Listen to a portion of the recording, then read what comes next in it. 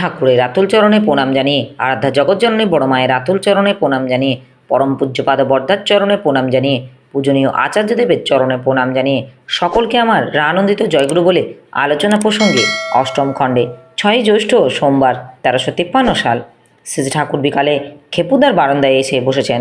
Spencer দা, প্রমোদ দা, সুশীল দা, ব্রজেন দা, মতি দা, যোগেশ দা, মণি ভাই, হারান, মাসিমা প্রভৃতি কাছে আছেন। কথা প্রসঙ্গে শ্রী ঠাকুর বললেন, আপনার অনেক সময় লুঙ্গি ও পায়জামা পরেন, এটা আমার কাছে ভালো লাগে না। চলাফেরা, পোশাক পরিচ্ছদ, খাবার, খাদ্য সব ব্যাপারেই কৃষ্টিগত রীতিটা মেনে চলা ভালো। ওতে মানুষ তার বৈশিষ্ট্য সম্বন্ধে সচেতন থাকে। এই ব্যাপারে আত্মসমর্পণ করা ভালো না।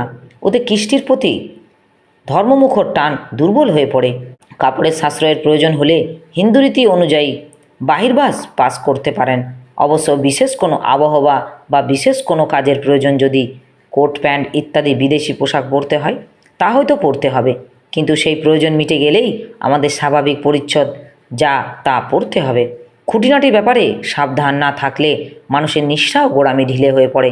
ওইগুলি ঢিলে হতে দিলেই চরিত্রের দৃঢ়তা থাকে না, সেই গড়াতে গড়াতে অনেক দূর নেমে যেতে পারে। মানুষের স্বভাব হলো শক্তিমান যারা তাদের অনুকরণ করা, কিন্তু বৈশিষ্ট্য বিসর্জন দিয়ে অনুকরণ অতীব গহিত কাজ। শ্রী ঠাকুর একটু পরে ঘরের ভিতরে গেলেন। পঞ্চানন্দা জিজ্ঞাসা করলেন, গীতায় এই ধরনের একটা কথা আছে যে যুদ্ধের জন্য যুদ্ধ করো, এই কথাটার উদ্দেশ্য কী? শ্রী ঠাকুর কোন প্রসঙ্গে কথাটা বলেছেন তা না দেখে বলতে গেলে ভুল হতে পারে, তবে আমার মনে হয় কথাটা এইভাবে বলে থাকতে পারেন, যে কাজ তুমি করণীয় বলে স্থির করে করতে শুরু করেছো, বাধাবিঘ্ন ও অসাফল্য তা ছেড়ে দিও না, আত্মসমর্পণ করো না, করণীয় করে চলো, ভালো যা তা করতেই থাকো। সংগ্রাম করাই লাগবে, সংগ্রামকে ভয় করো না। মানুষের করণীয় কিন্তু কোনো সীমা পরিসীমা নেই। অন্তরাশ যত বিস্তৃত হয় দায়িত্ব করণীয়র পরিধি তত বেড়ে চলে।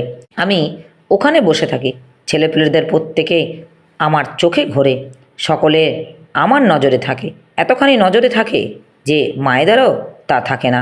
তার মানে তারা কম অন্তরাসী, তাদের ভালো লাগা আছে ঢের, কিন্তু সে তুলনায় ভালোবাসা কম।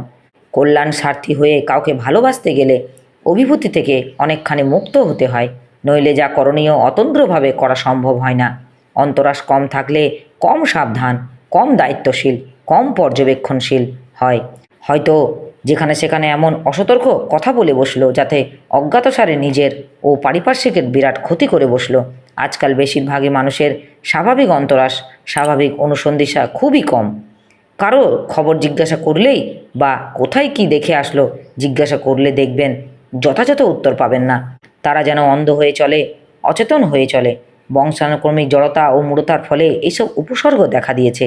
এখন চাই নিরন্তর প্রাণোদনা, তার জন্য চাই কতগুলি স্বভাবসিদ্ধ রীতি, যাদের মধ্যে ইষ্টাভিপ্রাণতা স্তত ও অকাঠ্য।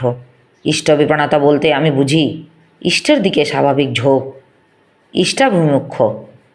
আমার এই আলোচনা প্রসঙ্গে কিছু ভুল ত্রুটি হয়ে থাকলে আপনারা আমায় ক্ষমা করবেন। উপস্থিত দাদা, ভাই, বোন, মায়েদের আমার আনন্দিত জয় গুরু।